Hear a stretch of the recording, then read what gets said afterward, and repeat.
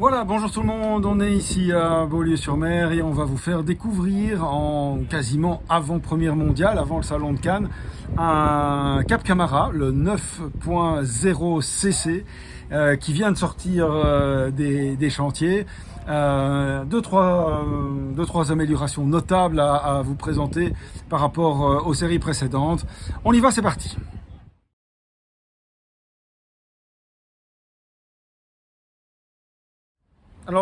Alors tout d'abord, je voudrais remercier Eurovoile pour leur accueil ici à Beaulieu-sur-Mer, où ils ont un événement de présentation des bateaux. Ceci étant fait, le voilà, il est derrière moi. Hop, avec une superbe livrée ici en covering un peu bleu qui match très bien avec les selleries de coussin. On monte à bord. Alors, ce qu'on peut voir tout de suite quand on a l'œil averti sont les deux échancrures qui sont là. Ça veut dire quoi? Mais ça veut dire qu'évidemment, il va y avoir une terrasse. Alors, il y avait déjà des terrasses sur les WEA. Il y a un WEA ici à côté, un 10. Mais ici, on va avoir alors du coup maintenant une terrasse sur le franc-bord bâbord, donc voilà, qui se déploie ici. Et ça, c'est un must-have, je pense, sur cette nouvelle génération. Nouveauté également, cette table-là, qui fait partie de la nouvelle signature des cockpits Jeannot. On la retrouve sur le 12, le Mary Fisher, pardon, 1295. Allez voir la vidéo, c'est vraiment super. On a un essai en mer, c'est magnifique. Et voilà, donc cette table se déplie ici avec les portes gobelets et elle est beaucoup plus élégante que les tables en bois précédentes, à tel point que je me demande si ce ne serait pas intéressant d'équiper un 917 qui est notre 10.5 cc de cette table-là. On retrouve ici le carré habituel avec les banquettes escamotables, mais évidemment alors uniquement sur deux parties. Parce que l'inconvénient de l'avantage, c'est toujours la même chose, il faut faire des compromis, c'est que comme on a cette terrasse, on n'a forcément pas une troisième banquette à cette place-ci. Alors, ici on a une cuisine qui est accessible lorsqu'on bascule le banc de conduite.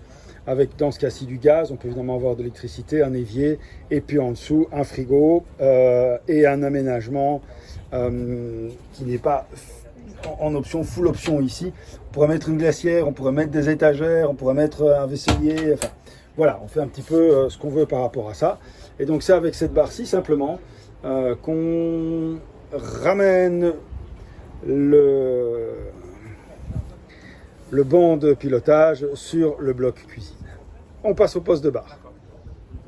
Le poste de barre est nouveau également. Alors, plusieurs choses à vous dire. La première, les trois sièges ici, avec une position de navigation centrale, siège bolster, pas d'accoudoir, et à voir si le maintien sera suffisant en navigation sportive.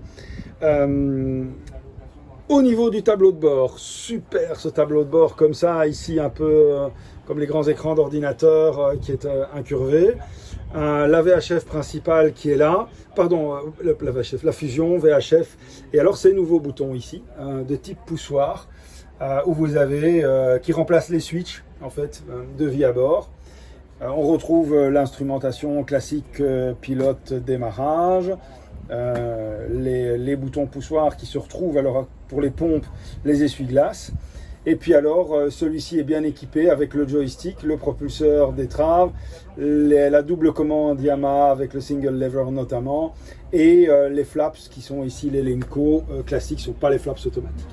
Un grand écran Garmin, le display Yamaha, mais il faut imaginer ça avec un double écran. Le soir, tout illuminé, ça va être magnifique. Le T-top qui surmonte ça à ce côté sport avec cette tubulure noire. Et ici, il y a moyen d'avoir un toit ouvrant. Dans cet exemplaire-ci, on a une pochette horizontale de rangement, notamment pour des cartes. C'est bien vu. On va passer maintenant au bain de soleil avant. Alors, passe avant encastré, avec des rangements éventuellement pour des fenders ici. Et on arrive sur ce plan de bain de soleil avant qui est identique à celui du 10.5 cc. Vous pouvez le trouver sur la chaîne Mercator Yachting pour notre 917 avec ici cet espace en U. On peut monter une table optionnelle pour faire à ce moment-là un espace un peu dînatoire apéro. Il y a bien sûr cette banquette qui est là.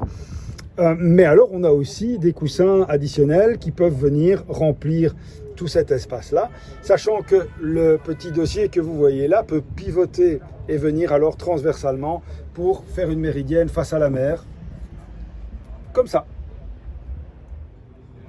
Ce que j'apprécie beaucoup ici sur cette partie avant du bateau, c'est le fait que quand on met les coussins additionnels là, c'est pas simplement un bain de soleil, hein. Je l'ai dit dans la vidéo présentant notre Cap Camara 10.5 cc, c'est une plage de soleil. On ne se rend pas compte, c'est vraiment gigantesque. Tout cet espace-là, vraiment de là jusque là, est un énorme espace de détente à l'avant. Alors, ce que vous avez peut-être remarqué, c'est que quand je suis passé le long du franc-bord ici, je n'ai vu aucune porte d'accès, ni à bâbord, ni à tribord. Pourtant, il me semblait avoir vu un hublot. Il se passe donc quelque chose à l'intérieur. Où ça?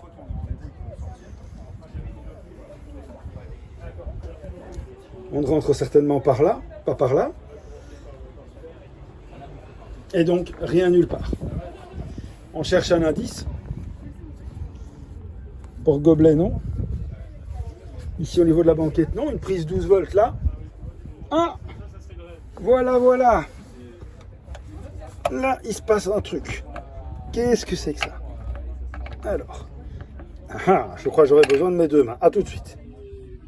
Voilà, il fallait simplement le faire pivoter et s'ouvre alors l'espace intérieur. Qu'est-ce qu'on y voit? Un WC et ce qui semble être une double couchette, une ou deux pochettes de rangement et une marche. C'est une marche, c'est qu'on peut y aller. Allons-y donc. Évidemment, j'engage le mauvais pied, comme tout bon gaucher qui se respecte. Et je me retrouve alors ici, à l'intérieur. Je vais me poser sur ce qui semblait être la couchette pour avoir des petites banquettes ici. Ceci peut visiblement basculer, libérant alors un espace en pointe dans la proue du bateau. Et ceci peut être complété et peut faire une espèce de mini couchage d'appoint. On a des petits vide-poches qui pèsent, ça dépend comment on voit les choses, qui courent tout au long de la coque. Et ici, on a un truc qui est vraiment chouette. Je vous montre ça, j'adore. On a un combiné, évidemment, WC, évier et douche. Avec, évidemment, ici, une douche télescopique. Mais, ça, je trouve ça super gag, c'est qu'on a cette porte de douche qui est tout à fait extraordinaire. Je vous montre, hop, et on la déploie comme ceci. Donc elle vient en plusieurs parties. Alors j'essaie d'y arriver correctement. La voilà. Et qu'est-ce que c'est? C'est en fait une douche qui est aménagée en coin. Donc quand elle est fermée, la porte en 4 parties fait alors un coin et vient encadrer cet espace douche. En plus, ce que je trouve très sympa, c'est que c'est du verre sablé. Donc ça permet d'avoir une réelle intimité dans cet espace mouillé, avec un hublot ici d'évacuation, notamment pour l'humidité. Enfin, la dernière partie, ici, c'est donc bien un couchage. Alors, double à moitié, c'est plus un couchage de détente ou d'appoint qu'un réel couchage, mais ça a le mérite d'exister et on peut se mettre dedans, effectivement. On pourrait même imaginer abriter quelqu'un de la chaleur ici ou de prendre des invités en charter qui peuvent avoir un petit point d'eau et une toilette au besoin sans être au vu de tous. Donc c'est ingénieux et c'est un plus. Il ne faut pas considérer que c'est une vraie cabine, c'est un espace de besoin pour une navigation à la journée ou à la demi-journée. Voilà, ben on va ressortir. J'espère que cette visite vous aura permis de découvrir et d'apprécier cette nouvelle unité de la gamme Cap Camara, le 9.0 ici. Je ne sais même plus de quelle série il s'agit.